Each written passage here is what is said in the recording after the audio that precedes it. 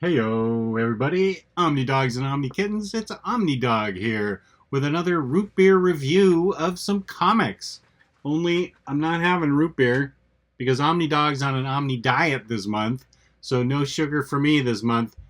I'm having unsweetened iced tea. Ugh, that's no frost top. I'll tell you what. But what can I do? The wife has me on a diet. So,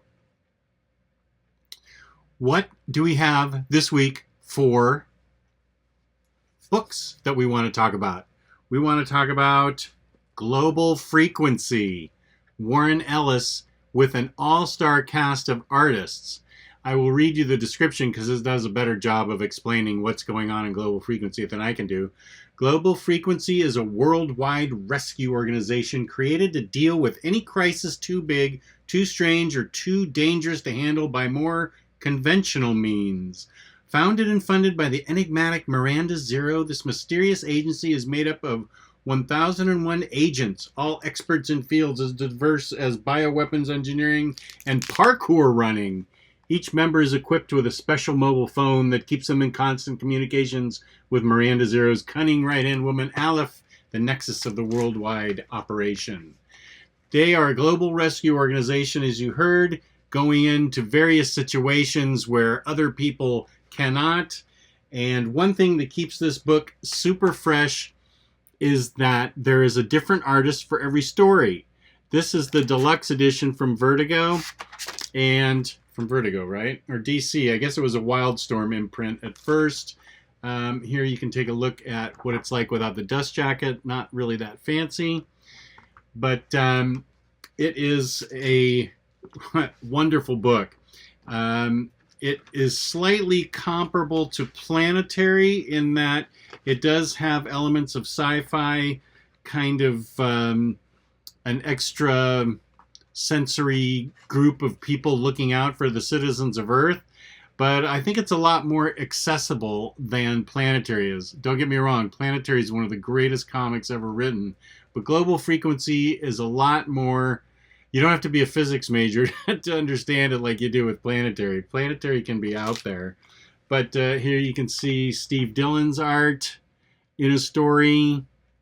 Other artists include Simon Beasley, Chris Sprouse, Carl Story, Glenn Fabry, David Lloyd, and Lee Bermejo, and Gene Ha, who was great from Top 10.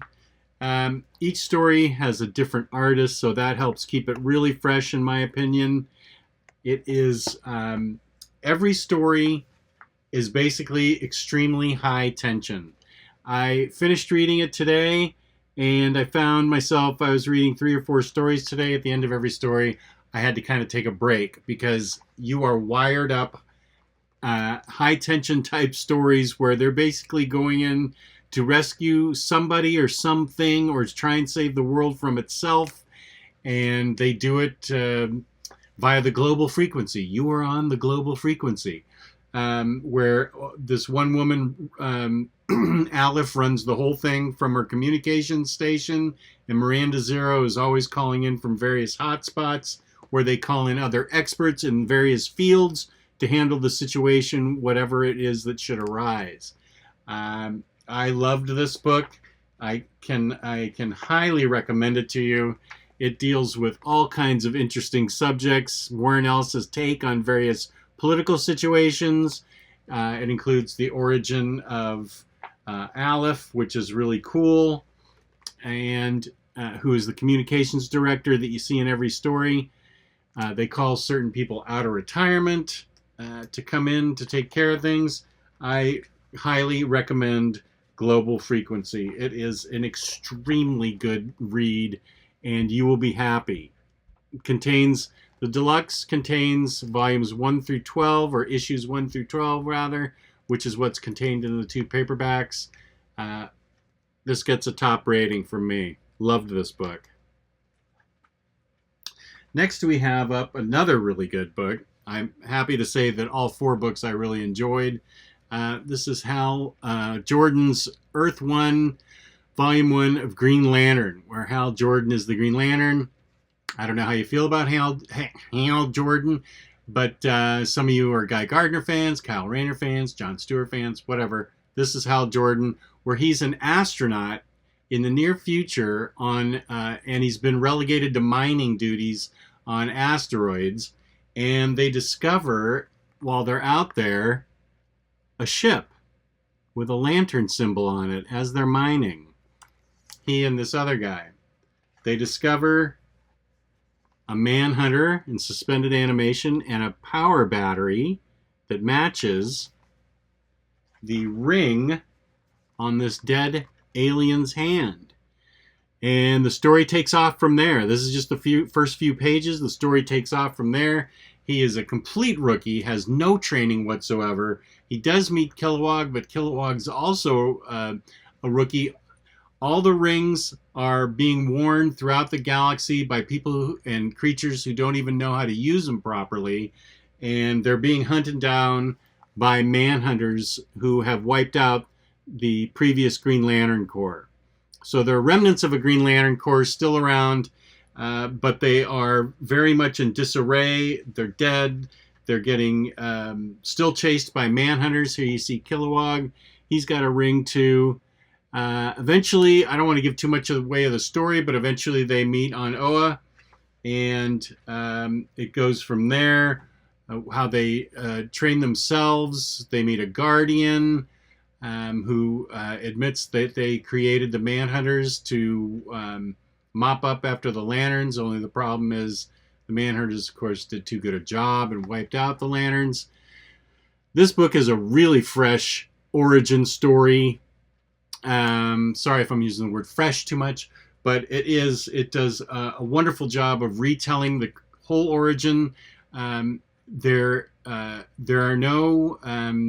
hardly any ties to the previous origin that you might know from Green Lantern. This is a complete retelling with his being an astronaut in space and discovering the power battery and discovering the power ring, and what he goes through, his learning experience, bringing together other aliens that have the rings themselves, and it does a really good job. I really like this book a lot. It is by Gabriel Hardman and Karina Bechko, and they did a wonderful job. As you can see, the art that I'm showing is really, really nice, and this book is a solid read. One of the better Earth One books. My favorite Earth One book is Wonder Woman Earth One by Grant Morrison. This is a solid runner-up. I highly recommend Earth One, Green Lantern Volume 1. Excellent, excellent read. Full marks from me. The next book is just nothing but fun. Pure, solid fun. If you like Spider-Man, if you like Deadpool, you'll like Spider-Man Deadpool. Oversized hardcover. These things are beautiful from Marvel. Marvel and DC are doing a really good job of giving you nice cover boards underneath the dust jacket. So nice that I think some people are tempted to just display them like that. But the art is top-notch, and this is just a fun buddy cop drama kind of thing with Deadpool. Initially has been hired by a mysterious stranger to kill Peter Parker, who he only knows as Spider-Man's boss in this book. There's a little bit of background you should probably know about Deadpool in that his wife does appear in this, and so does his daughter from the Posehn Dugan run. So you do need to know a little bit of background on Deadpool, but Peter Parker is just the head of Parker Industries or whatever, and Spider-Man at night or during the day.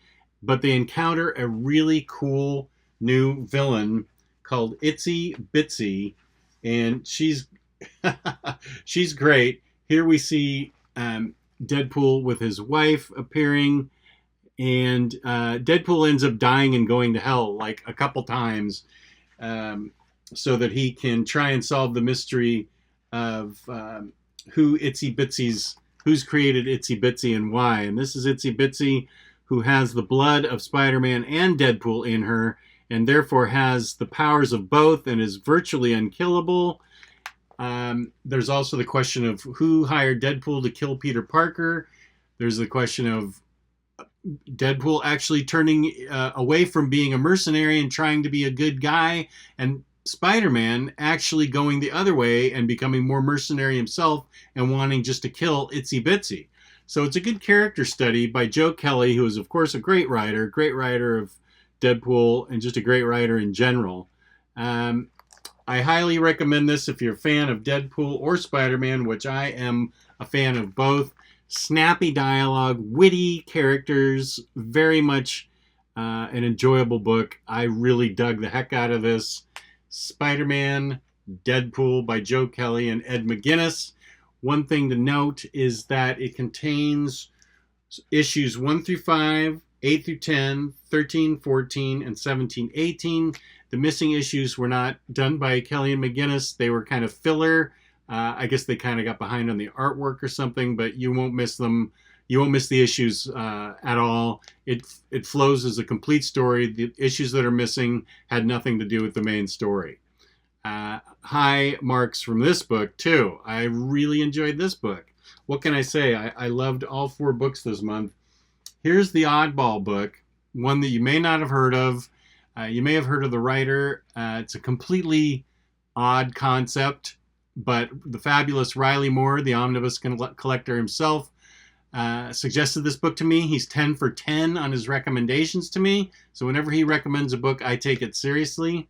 And this is going to take a leap of faith for you to like, because it's called Centipede, and it's based on, roughly, the Atari game. There's no games played in this book, but there is a game line apparently coming out from Atari/Dynamite, but in this book, the Centipede has come to an alternate Earth and has wiped out all civilization except for one guy. And one guy has decided he is going to take on the Centipede in a last gasp for survival for Earth, where he is taking on the Centipede himself and the Centipede's various minions. So it sort of has a little bit to do.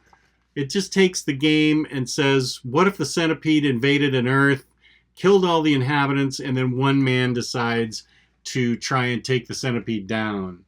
It's a good character study of a man by himself trying to take on by himself a creation-killing monster, and what he goes through psychologically, what he goes through physically, his strategies, and it's got some humor in it. It's got some a little poignancy in it, and it does have a really fun sequence where he eats a bit of centipede and ends up taking a hallucinatory trip that's really wild.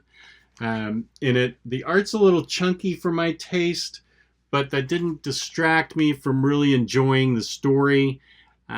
I think that it's not an expensive book. It's $20, but in stock trades you can probably get it for 42% off. InStockTrades.com, not a sponsor, but good friends of mine. And I think this is worth you guys taking a shot at, because it's a fun little book that will keep you interested, and it's very interesting.